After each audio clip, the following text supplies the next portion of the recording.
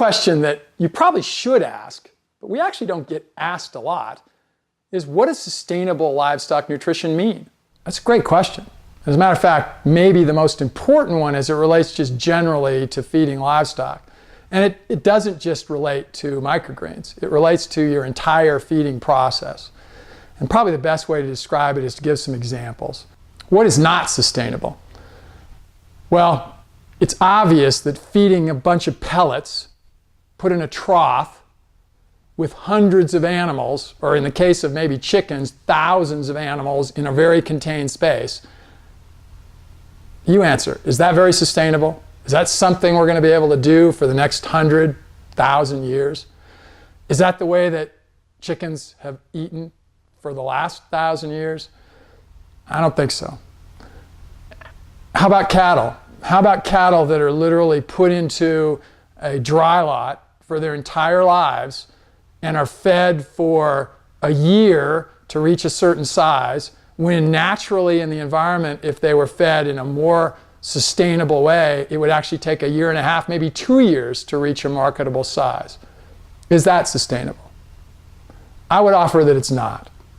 So let's define sustainability. Sustainability means something that we're doing, in this case feeding livestock, that will last for a lifetime, a long time. And I don't mean the lifetime of an animal, let's say the next 100 years.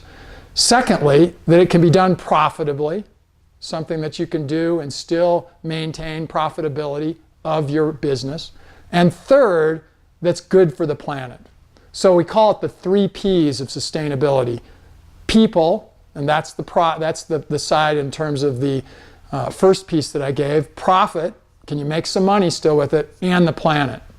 So what about microgreens, or what about feeding generally and sustainably for livestock? What is sustainable?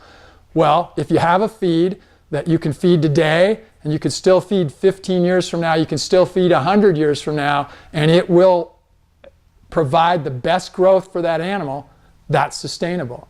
So pastures that get rotated, for example, on a regular basis rather than overgrazing, that would be sustainable versus not sustainable. The second thing is just feeding in a pasture that is not homogeneous, not the same kind of grass. It's got a diversity, it's got a number of different things in it. That's probably more like a natural situation, something that'll last for generations. That would be sustainable. And then, in our context, microgreens, feeding something that simulates what a natural environment would be. Not like hay, that doesn't simulate anything that's in a natural environment, but rather that grass that these animals would eat every day if they had the choice to do so.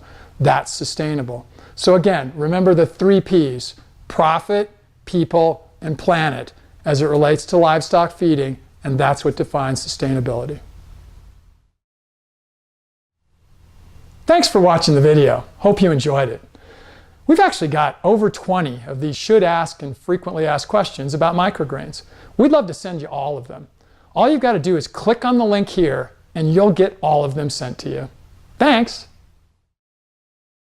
If you like what we've talked about here and you want to learn some more, come and visit us at our website at www.sustainablelivestocknutrition.com.